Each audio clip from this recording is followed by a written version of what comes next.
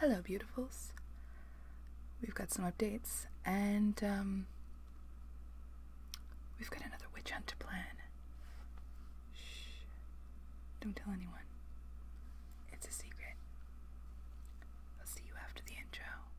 I don't do it by the book, no, I do my own thing. That's why every single hook got them singing like me. And I ain't in any rush, cause I'm finally getting paid. Don't believe in any luck, I believe I'm self-made, yeah. That is gonna get me a whole bunch more ASMR comments. It's coming. I will eventually do an ASMR video.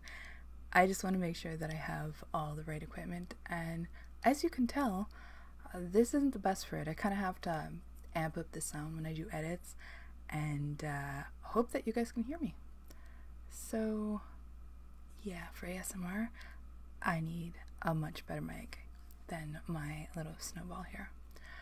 Anyway, so I was forwarded an interesting email, and I was both stunned and not at all surprised, which might sound weird, but it's a rehash of the same old thing. There's a witch hunt going on. You are all hereby found guilty of the crime of witchcraft. I sentence you hags to be burned at the stake until you are deemed fit to re-enter society. Fire it up, boys! All these innocent authors are being caught in the crossfire. They've never done anything wrong. Look at what's happening to them. That's not what's happening at all. The amount of reports that have gone in before there's been any movement against somebody who's been blatantly stuffing books and taking the majority of the Kindle Unlimited pot, the amount of reports that have to go in against them, I'm sorry, being reported with no evidence, they're not going to be dealing with anything. The only time that somebody in this whole situation is ending up caught in the crossfire is when the scammers who are stuffing their books, the people that they're paying to flip through their books, will go flip through another author's books. If that happens often enough, legit authors end up losing pages. Why? Because this scam isn't just a small thing not really affecting anybody. It affects every aspect of the program. Kindle Unlimited it's like got an infestation. It's ridiculous when you learn as much as I have, or as much as I've been told by Susan Tisdale, who you might have heard has been working really hard along with the rest of us to clean up the fucking mess. And it's not our mess. Most of us aren't even in Kindle Unlimited. We have no interest in Kindle Unlimited. It's not something I will ever get into. But I have a lot of readers who love that program. I have a lot of readers who come to me showing me screenshots of books that end at 10% or end at 20% or 50%, and then the rest of it is all garbage. It's all stuffed with either other books that these authors have just shoved in there along with in the backs of 10 of their other books, or it's these short stories that sometimes they pass amongst each other. It's a web of deceit. It sounds so over the top, but the reason it does is because they've gotten away with it for so long, and it's so obvious that it makes it seem as if Amazon is complicit, and to a certain extent they are. One of the new things now that they're doing is that you can buy a whole bunch of your own books and gift them. Not just a couple. They've actually made it so that you can buy up to 1,000 of your own books. Now, we're still looking into this and looking for clarification, but there's part of the new statement, and I'll put it up here, from Amazon that confused me a little bit, that had me a little wary. They say that when you buy these bulk, when you buy these copies of your book en masse, to send to your readers for extra promotion or whatever, that doesn't count towards your rank.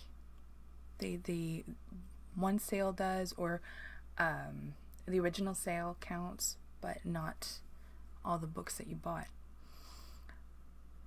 Is that before or after they're redeemed? If they're redeemed, do they count then? That hasn't been clarified, and it's not mentioned really in there. There's vague wording that's just enough for somebody to wiggle their way through those little, they're not even little loopholes, they're big, huge, gaping loopholes that Amazon keeps just leaving there. Intentionally, I don't know. But that doesn't mean that we should be quiet about it, whether it's Amazon doing it or not. As Susan said in the video, I think it was yesterday, Amazon is not the only vendor.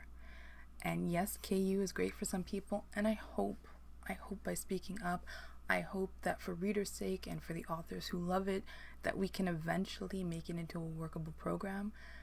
But at the same time, make sure that Amazon still has some competition, because they can pull stuff like this because they have such power in the business. Nobody should have that much power. It's not great. So the email that I was forwarded, I had actually been planning on talking specifically about ghostwriters, and I might still do a video addressing that, because it's a very, very big topic, and it's interesting to see things from the perspective of the ghostwriters who love it and the ones who don't. The point is, ghostwriting in itself isn't bad. That's probably one of the only things in that email that I was like, yeah, no, I agree with that. There was part of this email, and some people might find this familiar if they got the email. I don't care. But anyway, I'm not mentioning the names because this is the same stuff all of them are saying. All the people defending the scammers, or who are one of the scammers, or friends with the scammers, or I don't know, they have all these different reasons that they want to make excuses. Again, I don't care. There's a part of this email where it says that what's the difference between using ghostwriters and having a receptionist? What?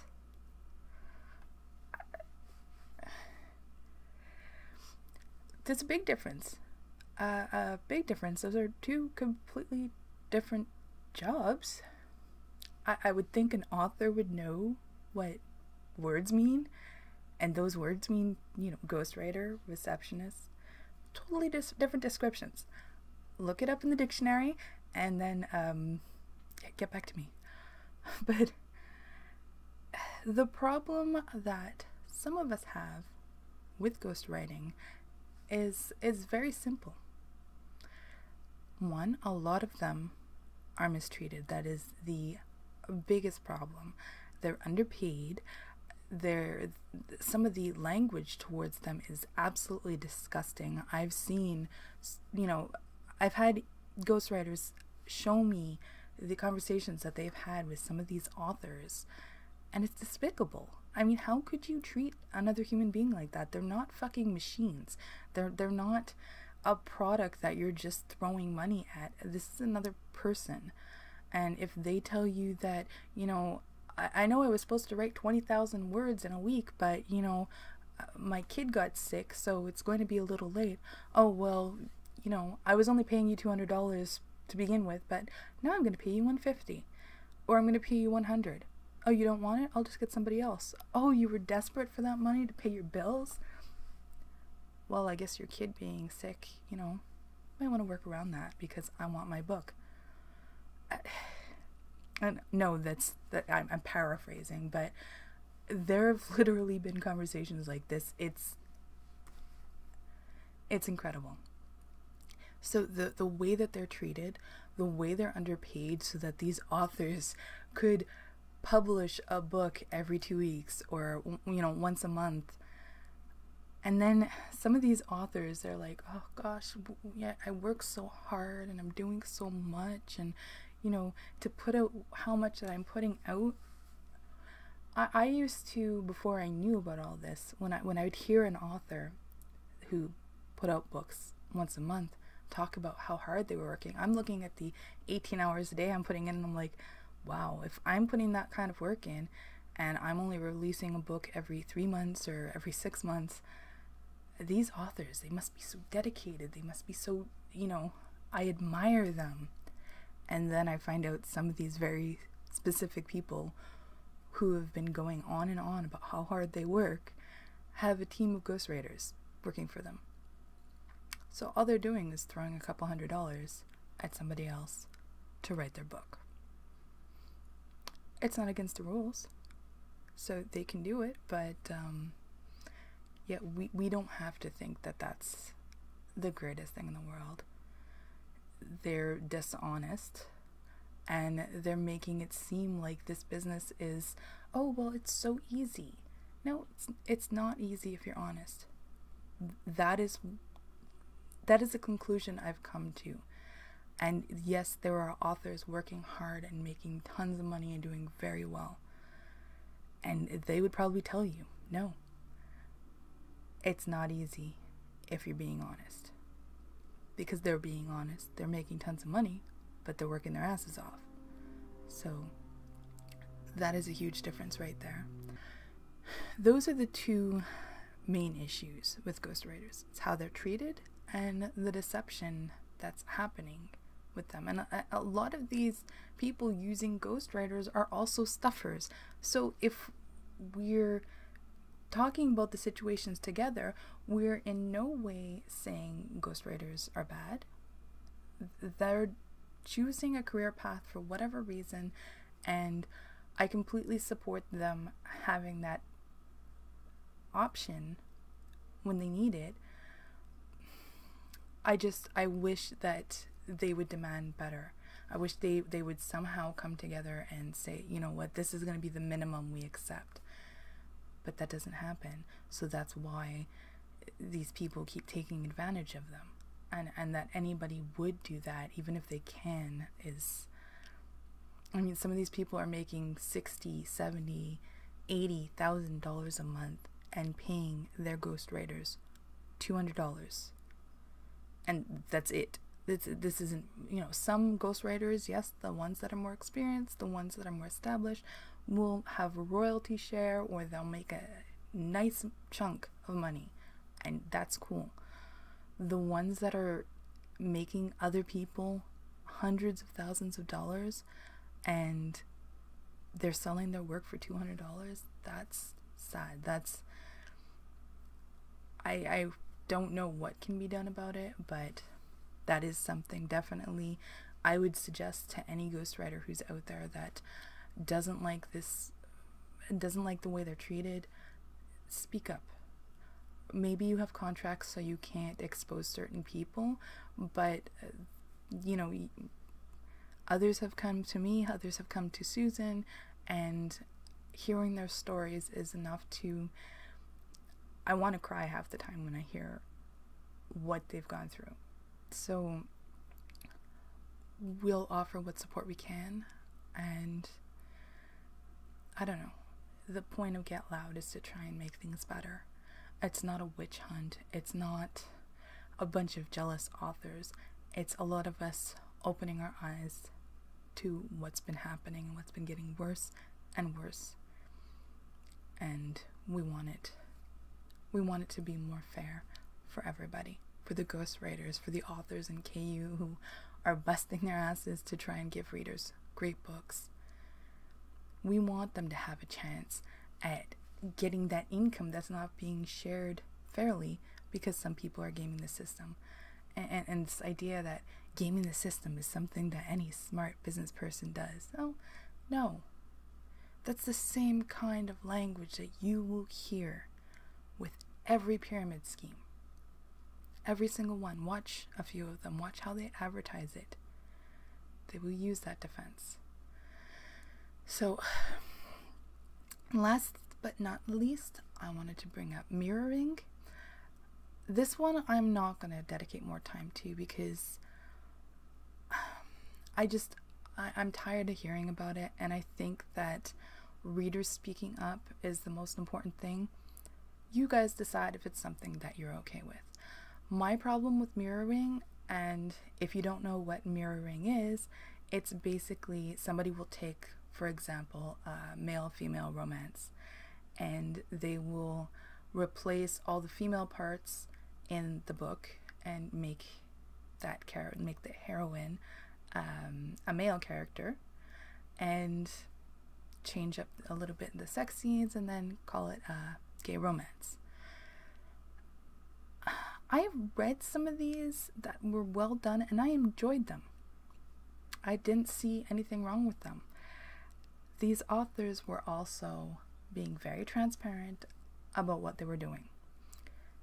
And different people have different opinions about this, and I've listened to several, and I agree with some, I don't agree with others.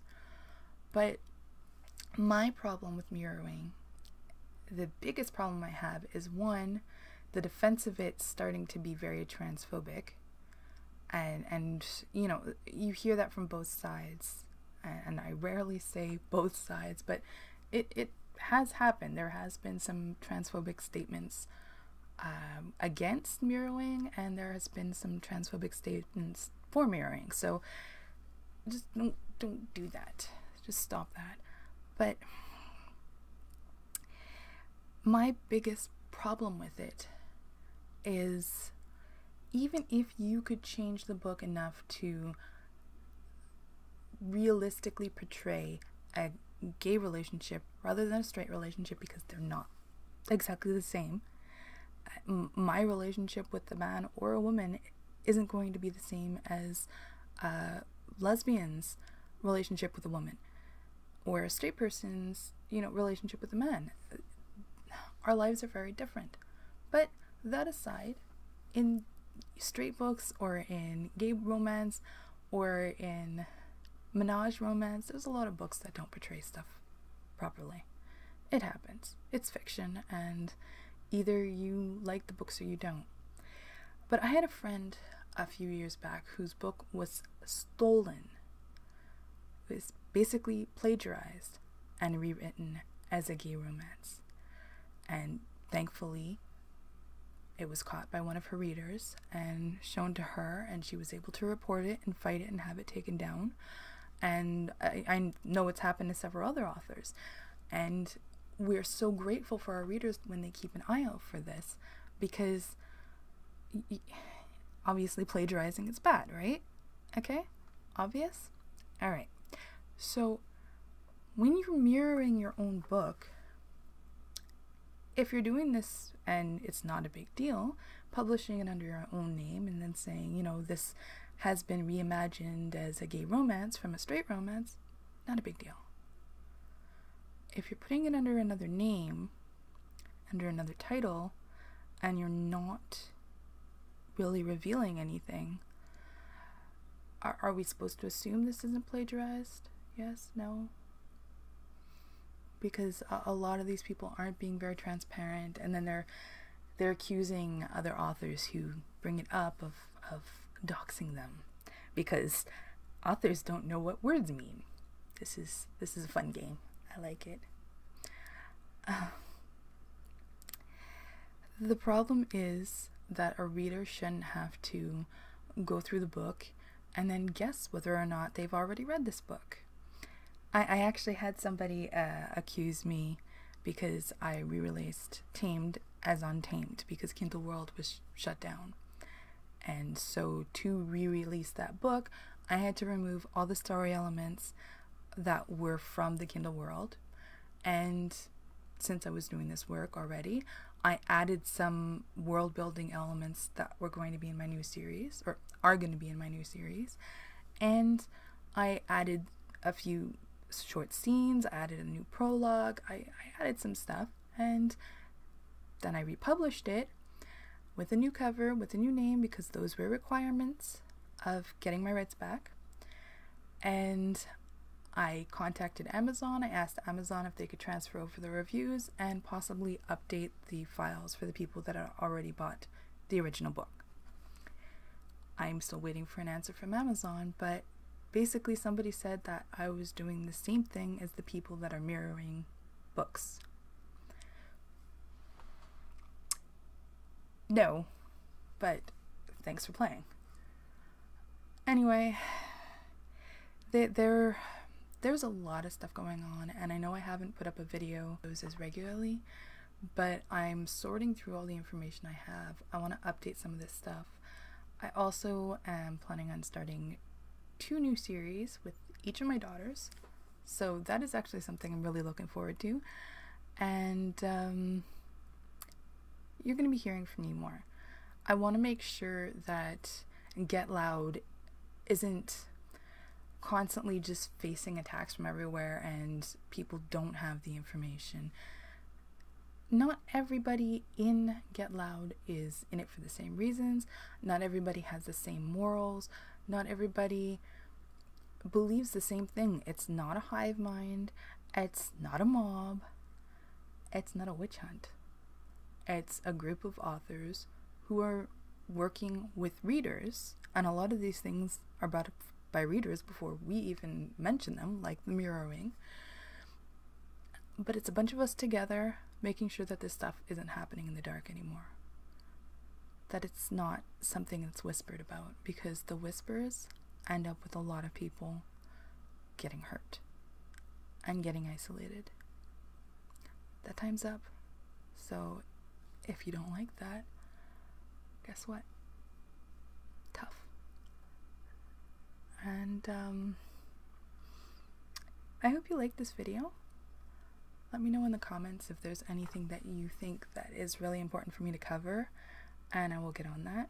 Some of this stuff takes a lot of research, so I've been doing research, but I realized it had been a while that I hadn't really posted anything about this, and I wanted to make sure that I kept you guys up to date. So now you're a bit more up to date, and I will continue to update you as well as release some just fun videos. And oh yeah, don't forget to like, subscribe, ring that little bell, and I'll see you in the next video. Bye bye.